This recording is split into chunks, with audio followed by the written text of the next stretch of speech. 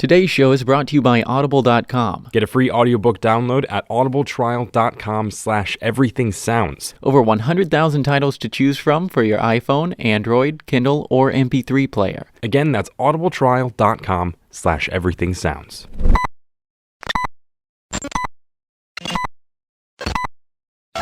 Ignition sequence start. 5. Everything. 3. Everything.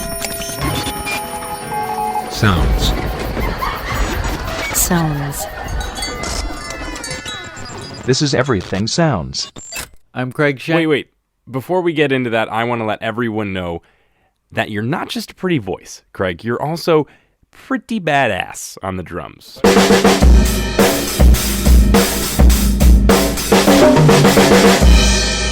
I'm alright. I haven't played in a few years, but that's not what matters today. That's not what we're talking about. What matters is where I was playing. And he was actually playing in a museum. Not just any museum, one where you're encouraged to take part in the installations. Okay, we need to take care of something. You just interrupted me a minute ago. Okay, you're right. I'm sorry. Go ahead.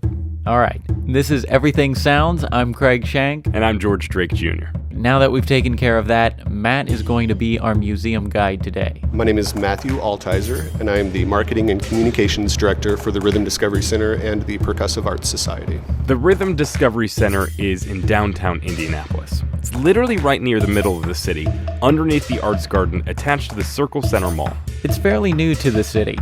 The Percussive Arts Society, which runs the museum, moved to Indianapolis from Oklahoma in 2007 and opened the museum in 2009. And at that time, we decided instead of having a standard museum, we really wanted something that we could give back to the community, have it very interactive, and really make it a destination point for families and adults of all ages. So we decided to go this route of a very interactive museum with Rhythm Discovery Center.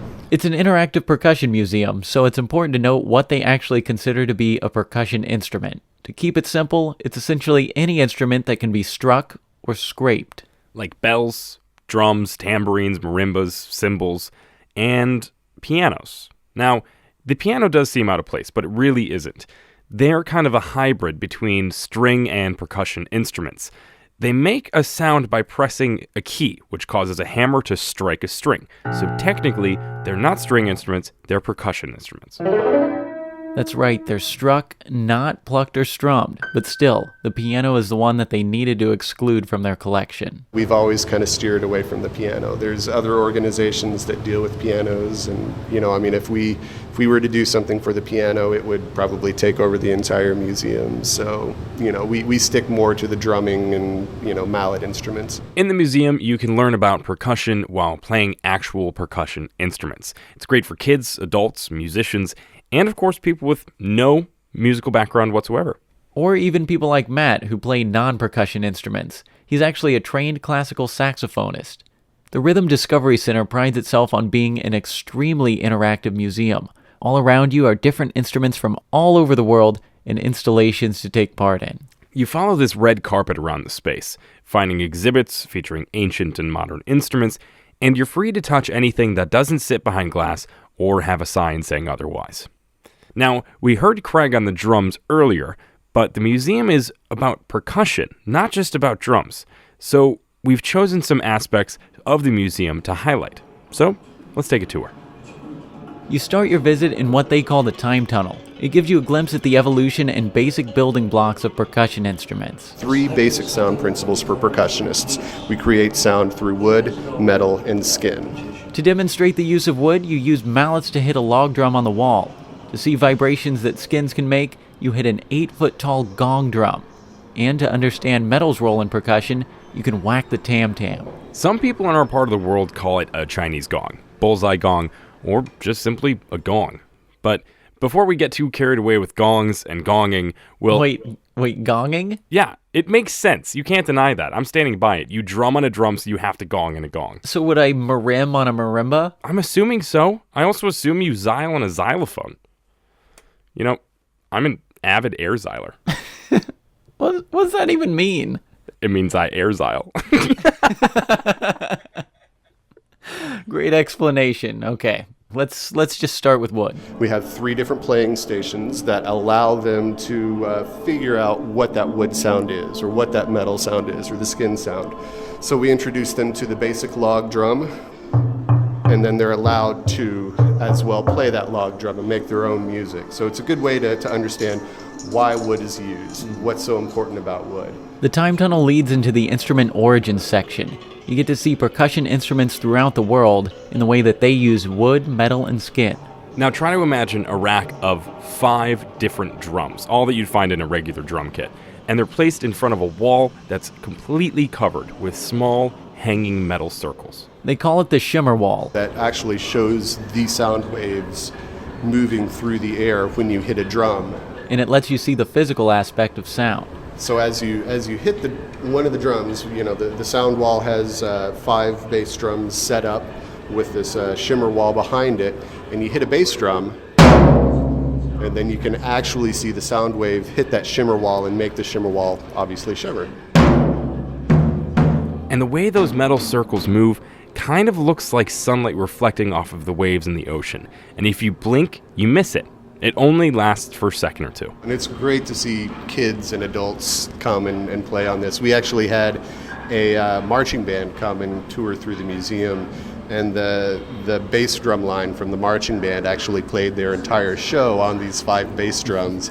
It was really fun to see all of the air puffs, or the sound waves hitting that shimmer wall through their performance.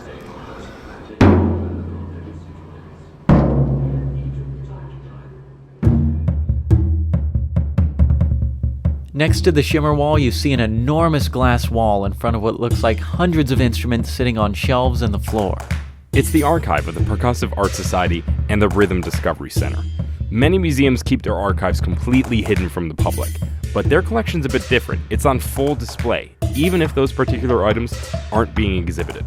The archive has unique pieces from all over the world, including some famous drum sets. We have some amazing pieces in here, such as Gene Krupa's drum set, Louis Bellson drum set, Buddy Rich drum set. We have a Victory drum set from World War II. During World War II, metal was very scarce, obviously, and so drum sets and drums were actually made mostly of wood with very little metal. So we have a World War II Victory drum set, as they were called, that's all wood, very little metal on it. It's in beautiful condition, and it's really kind of fun to look at. And yeah, they want people to see them. That's why they put them behind glass.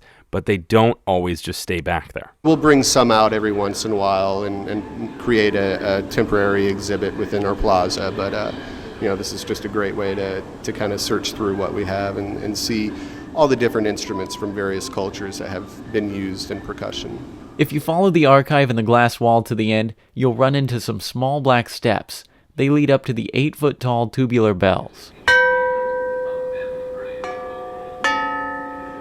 And beside those bells is another station where you can hear why metal is sometimes more useful in percussion instruments than other materials. It has a certain resonance that really helps it. I mean, if you hit rubber, there's nothing really there. If you hit marble, again, there's nothing really there. But with metal,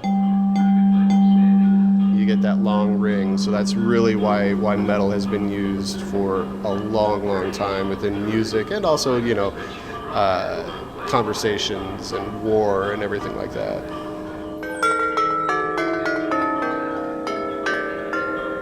When you're finished playing the chimes, you walk past an interactive area and music practice rooms filled with instruments, and you see a giant wind chime in front of a yellow wall. And although they sound similar, the wind chimes aren't the same as the bells you heard earlier. Right, the first set, they're tubular bells, vertical metal tubes that you hit with a hammer. The giant wind chime is quite literally a giant wind chime. But the term wind chime is being used pretty loosely here. The thing is literally taller than a basketball hoop, and Indianapolis doesn't usually get strong gales, let alone ones that are strong enough to move a giant wind chime. And besides, the wind chime is indoors. You need to move it by yourself.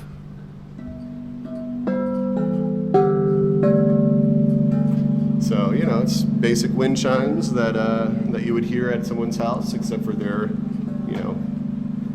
10, 12 feet tall, I guess, something like that.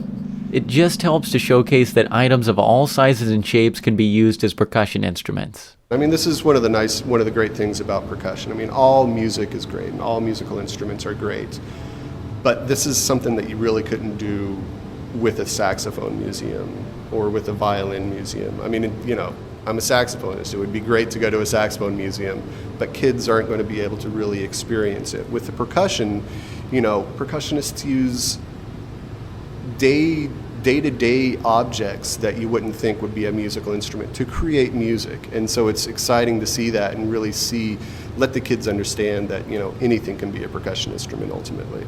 Even melted space stuff. Or meteorites, to be exact. Tomato, tomato. Tomato, tomato?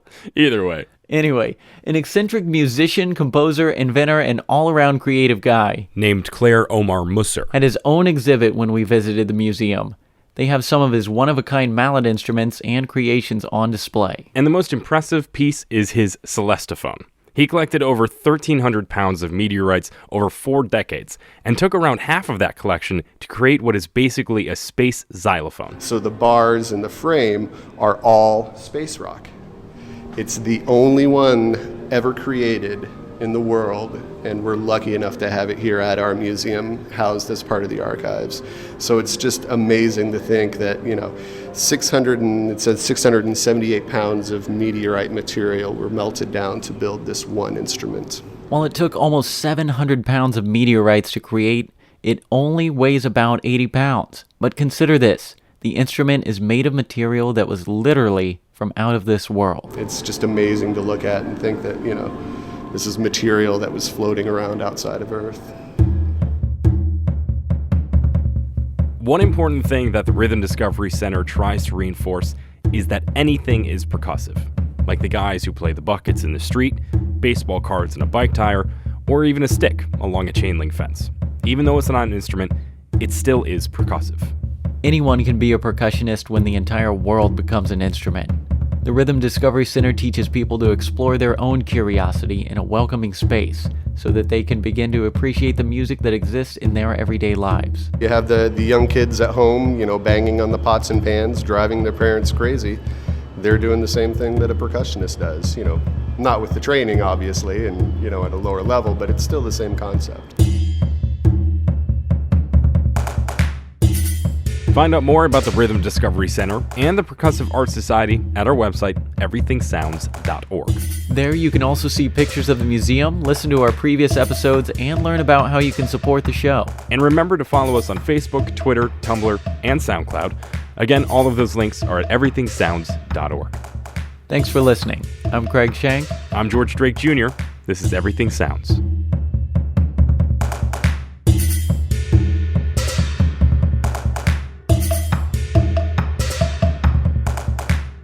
This has been Everything Sounds. Find out more about the podcast at everythingsounds.org. Connect with Everything Sounds on Facebook and also on Twitter.